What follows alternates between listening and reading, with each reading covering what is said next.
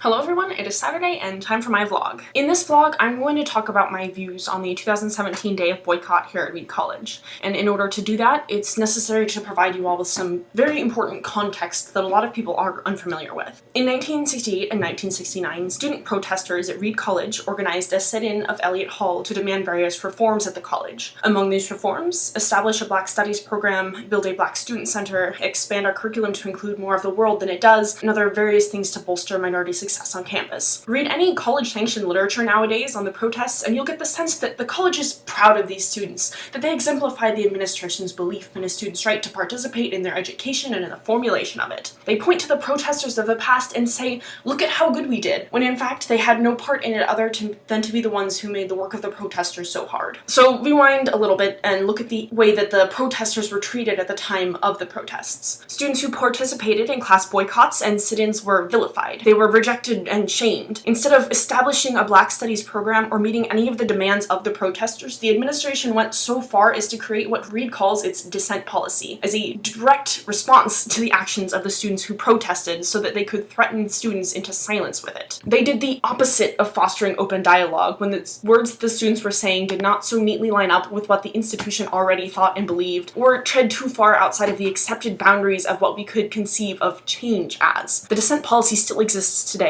largely unchanged, and it still serves exactly the same function as it did in the 60s, to threaten and silence students who speak out against the institution in ways which it deems appropriate, which is, in my opinion, just another term for easy to ignore. And actually, no. I need to go further out from my context here. I need to lay the groundwork of what the institution of higher education is and how it came to be. We all learned in school about how when the United States started out, we had this thing called slavery. What we did not learn is that the United States was built on slavery, because telling third graders that in order to achieve the success that we have, our forefathers routinely dehumanized millions of people to rationalize their inhumane exploitation and mistreatment of those people. Science itself was a mechanism to make white America feel better about itself, because if we can say that a Black person is better off in backbreaking labor, that they are more able to survive on low wages, that they simply cannot achieve the same level of intellectual prowess as their white counterparts, then it's really for their own good, isn't it? If we can make ourselves believe that what we're doing isn't morally corrupt and absolutely irreprehensible, then there is nothing wrong with doing it, is there? I can make a video an hour long talking about scientific racism, but I don't have time for that, so you're just gonna have to look it up on your own.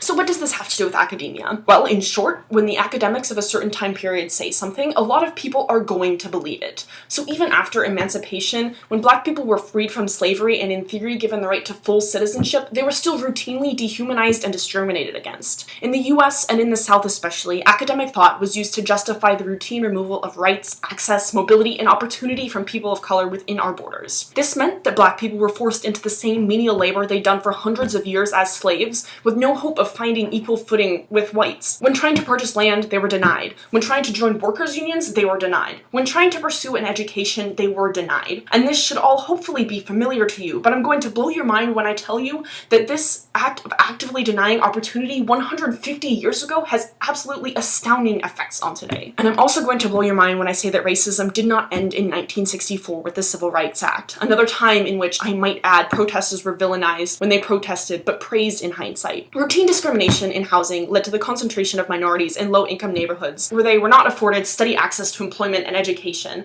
led to a massive wealth gap that persists today because of this thing called the cycle of poverty, wherein the poor are not able to lift themselves out of poverty, not because they don't work hard or because they have not earned it, but because they have never been given the chance to succeed.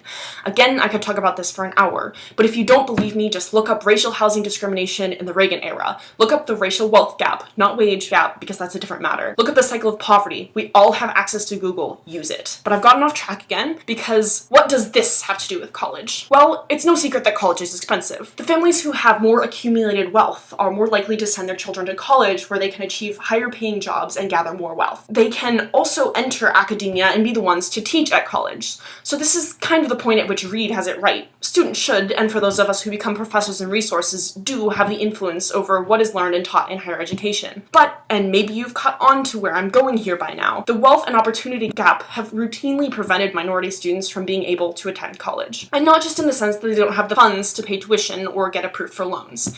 It means that low-income students do not have the money to go to summer camps and conferences that look good on college applications. They don't have the time to do unpaid internships and research because they have to have a job to help support their family. They don't have the money to attend private schools that will give them a better education and AP classes and every other thing that colleges love to see on applications. Which brings me to another thing that I can make a very, very long video about, and that is how meritocracy and objective hiring and admission based on resume qualifications is absolute bullshit. And wait, here's another thing. Did you know that in the US, school funding is based on the residential income in that zip code? That means that high-income neighborhoods have schools that get more money, and you can bet your ass that's directly correlated with the quality of schools, because if teachers don't have money, they can't teach, and good teachers will leave and find a place with a better salary because teachers are never paid enough for their work. So let me sum up what I've said so far. Even before we get to college, students of color have, on average, seen less opportunity to become qualified for college, which reduces application and admission rates. And another side note, I'm from rural Iowa. I know that this opportunity gap is not inherently racial. I cannot tell you how many of my friends from my 99% white town have not attended college because they do not have the money to do so. And I can tell you that it is absolutely the case that in academia, rural America is underrepresented, and this contributes to the same kind of disadvantages and alienations that I'm talking about here. But again, I digress. So, underrepresentation of minorities in college leads to the underrepresentation of minorities in academia, leads to the underrepresentation of minority voices and histories in school curriculums.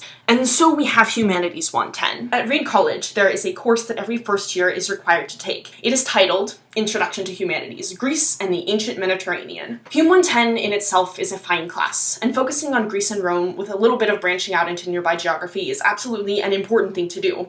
But the fact that this is the one unflinchingly required class at Reed College is the problem. It contributes to the idea that Greece and Rome are where civilization started, and implies that civilization that evolved elsewhere is lesser. I know that Greece and Rome are where Western thought started, and I know that the dominant culture is largely based in Western thought. And I agree that it is important to expose students to some of these ancient texts. But just as the cycle of poverty perpetuates wealth disparity, focusing on the Western canon reifies the Western canon as what is right and necessary, and that is just not the case. Society and culture has existed across the entire world for just as long and longer as in the ancient Mediterranean, and the fact that we don't study that with the same rigor that we do Western civilization exemplifies how deeply rooted Western or white supremacy is in Reed College and in higher education in general and in our nation as a whole. This is why I support the protesters who have called for a reformation of the Humanities 110 syllabus. This is why I participated in the Hum 110 walkout and the day of boycott this Monday. If a class in ancient civilization is going to be required for all students, it should be required that it include ancient civilization from all regions of the world.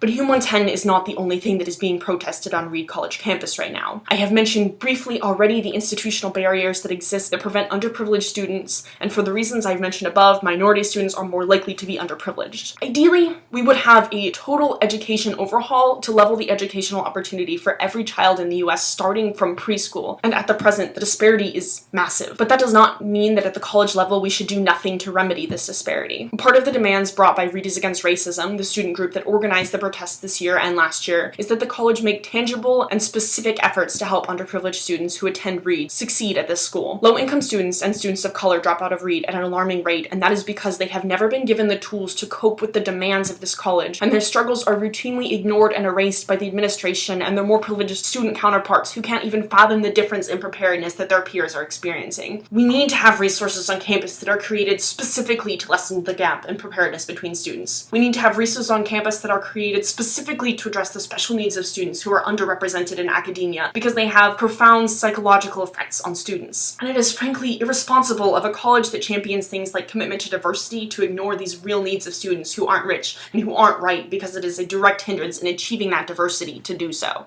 Early Monday morning, Reed released an announcement that it would be creating a critical race and ethnic studies program. In the official release, there was no mention whatsoever of the work that student activists had done to expedite the process and make the adoption of a CRES program happen. It just talks about how proud it is to offer this program. Similarly, whenever the college talks about the strides it is taking to review the Humanities 110 syllabus, they do not mention the activists who made them review it in the first place. They do not mention the steps they have taken to actively silence the protesters and maintain the status quo. They do not mention that every email they send out to the student body, every statement they make to the public is either explicitly or implicitly demonizing the activists that they will in 50 years say are the pride of Reed, an example of how progressive and enlightened it is as an institution.